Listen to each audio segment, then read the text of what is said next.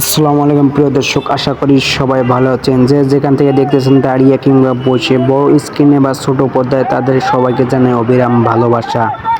আজকে এখানে যানজটের কারণের অবস্থান হচ্ছে এখানে রাস্তা মেরামতের কারণে, এবং এক কৃষক ভাই তার শখের গাড়ি ক্রয় করে নিয়ে যাচ্ছে। শখ তার পূরণ হয়ে গেছে, ইনশাআল্লাহ ভবিষ্যতে কিছু করবে, দোয়া করি। আপনারাও সবাই দোয়া করবেন।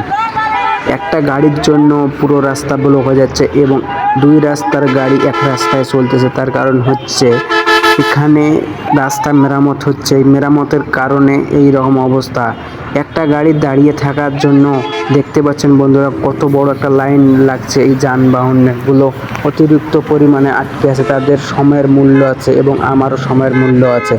আমি দাঁড়িয়ে আছি যানজটের কারণে, আমিও যাইতে পারতেছি না, পারাপার হতে পারছি না। আপনারা দেখতে পাচ্ছেন এই রাস্তাটা মেরামত করা হচ্ছে বিধায় এই রকম যানবাহন চলাচল অতিরিক্ত কমিয়ে যাচ্ছে।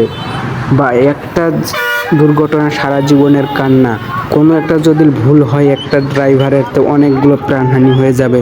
আপনারা বন্ধুরা দেখতে পাচ্ছেন এখানে কিভাবে মানুষ পারাপার হওয়ার জন্য কষ্ট করতেছে এবং অতিরিক্ত যানবাহনের কারণে চলাচল খুব কষ্ট হয়ে যাচ্ছে সাধারণ জনগণ ও পাবলিকের।